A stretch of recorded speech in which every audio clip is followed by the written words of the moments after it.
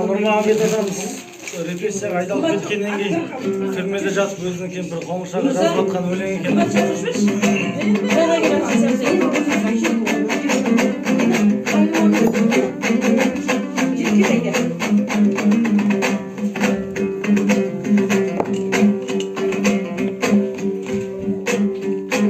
Қоңырша есенбісің,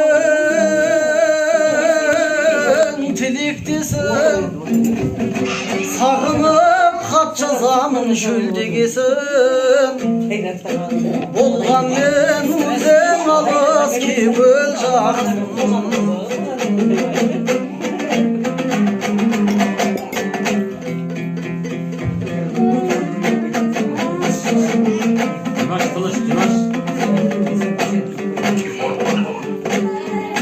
Қоңырша есенбісің, тілектесің, сағынып хат жазамын шөлдегесің.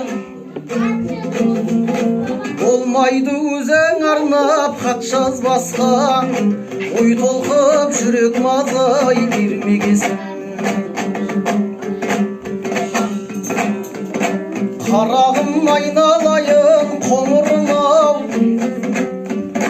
қолыңнан бердің шекер омырбай. Түсімді қызыл түлкі соғып жүрмін, мен соны қоңырыма жордым-ай.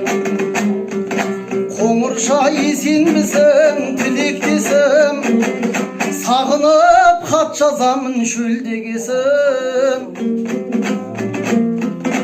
Болмайды өзің арнап хат жазбасқа, ешкімге бастырмашы орнымды.